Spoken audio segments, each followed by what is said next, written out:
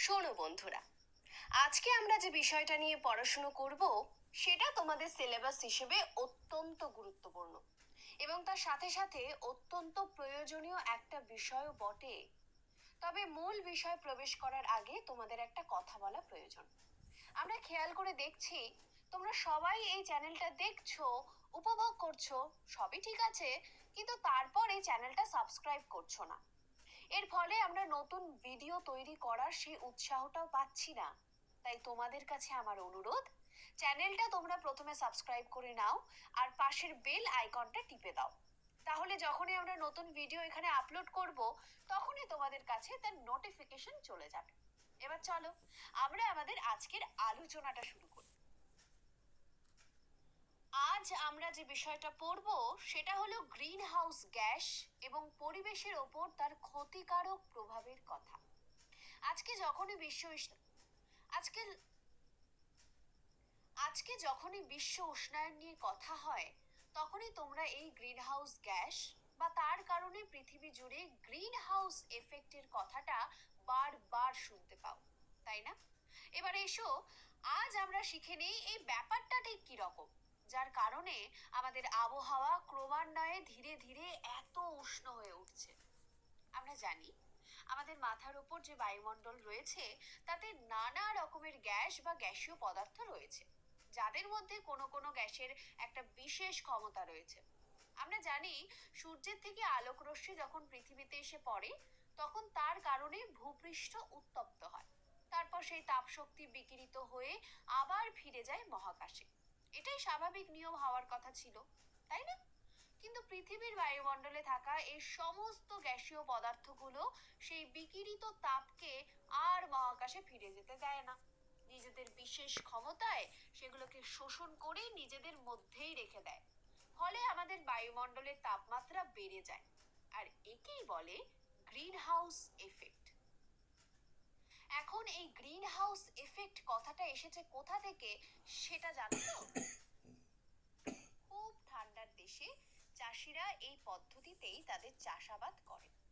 তাদের ফার্ম হাউসগুলোকে বিরাট বিরাট কাচের মোড়কে ঢেকে ফেলা হয়। ফলে সেই কাচের মধ্যে দিয়ে সূর্যের রশ্মি ভিতরে প্রবেশ করতে পারলেও বিকিরিত তাপশক্তি আর ফিরে যেতে পারে না, কাচের ঘরের ভিতরে আটকা পড়ে যায়। আর ভিতরটাকে গরম রেখে তাদের শস্য উৎপাদনের প্রয়োজনীয় তাপমাত্রার প্রদান করে। আর বৃহত্তর ক্ষেত্রে এই গ্রিন হাউস এফেক্ট একরকম প্রাকৃতিক ভাবেই তৈরি হয়, কিন্তু এর ফলে আমাদের জন্যই কিন্তু এর ফল আমাদের জন্যই উপকারী না হয়ে ক্ষতিকারক হয়ে ওঠে। তাপমাত্রা বৃদ্ধি পায়, জলবায়ুর পরিবর্তন হতে শুরু করে, মেরু প্রদেশে জমে থাকা বরফের চাদর গলে জল হয়ে গেলে পৃথিবীতে সমুদ্রের জলস্তরের উচ্চতা বৃদ্ধি করে সমুদ্র তীরবর্তী অঞ্চলগুলোকে প্লাবিত করে ফেলার সম্ভাবনা তৈরি হয়। ফলে আমাদের স্বাভাবিক জীবনযাত্রার উপর একটা বড় সড় অভিশাপ হয়ে দেখা দিতে পারে এই বিশ্ব উষ্ণায়ন। আর পৃথিবীর গড় তাপমাত্রা বৃদ্ধি পেয়ে গরমকাল বা গরমের প্রাবল্য যে কতটা বেড়ে গেছে সেটা তো আমরা সবাই বুঝতে পারছি, তাই না? এবার আসি বায়ুমণ্ডলের মধ্যে থাকা কোন কোন গ্যাস এই কাজে সরাসরি অংশগ্রহণ করে সেই আলোচনায়। এই গ্যাসগুলো হলো carbon dioxide, ozone, nitrous oxide, methane আর বেশ কিছুটা পরিমাণে জলীয় বাষ্প। দেখো, যেদিন আকাশ ঘন মেঘে ঢেকে থাকে সেদিন যে একটা ভ্যাপসা গরমের অনুভূতি হয়, সেটাও এই রকম একটা উদাহরণ। ভূপৃষ্ঠ থেকে বিকিরিত তাপশক্তি আর মহাকাশে ফিরে যেতে না পেরে মেঘের চাদরে আটকা পড়ে যায়, আর যে কারণে আমাদের এই রকম গরমের অনুভূতি হয়। কি এবার বুঝতে পারছো তো গ্রিন হাউস এফেক্টের সার্বিক বিস্তার কতটা বড়? সেটা প্রায় আমাদের গোটা পৃথিবীর নিরক্ষীয় অঞ্চলটাকে ক্রমে উষ্ণ করে তুলছে। আর সব থেকে মজার ব্যাপার হলো আমাদের মানে এই মানুষদের বছরের পর বছর ধরে করে চলা কিছু অবৈজ্ঞানিক ও অবিবেচকের মতো কাজ এই গ্রিন হাউস এফেক্ট ব্যাপারটাকে আরো বিপজ্জনক করে তুলছে। যেমন ধরো, আমাদের রেফ্রিজারেশন পদ্ধতিতে ব্যবহার করা ক্লোরোফ্লোরোকার্বন বা সিএফসি গ্যাস এই বিশ্ব উষ্ণায়নের জন্য ভয়ঙ্করভাবে দায়ী।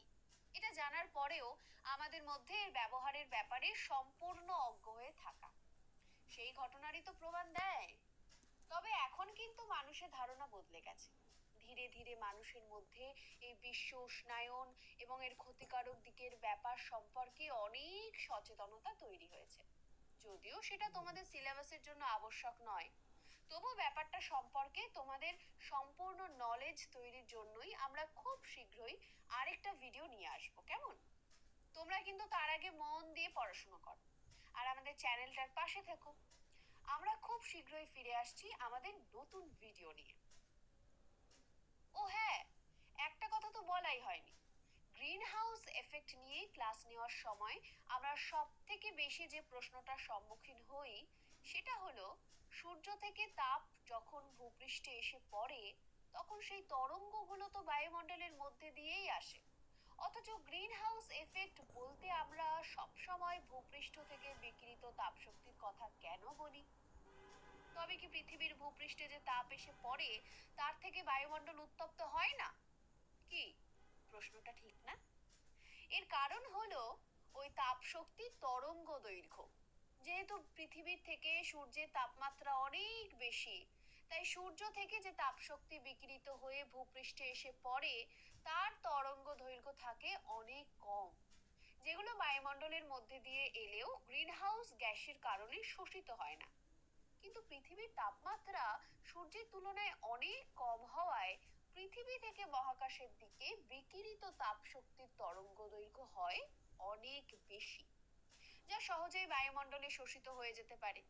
কি, এবার আর বুঝতে অসুবিধা নেই তো গ্রিন হাউস এফেক্ট ব্যাপারটা ঠিক কি? যাক, আজ তাহলে এই পর্যন্তই থাকলো।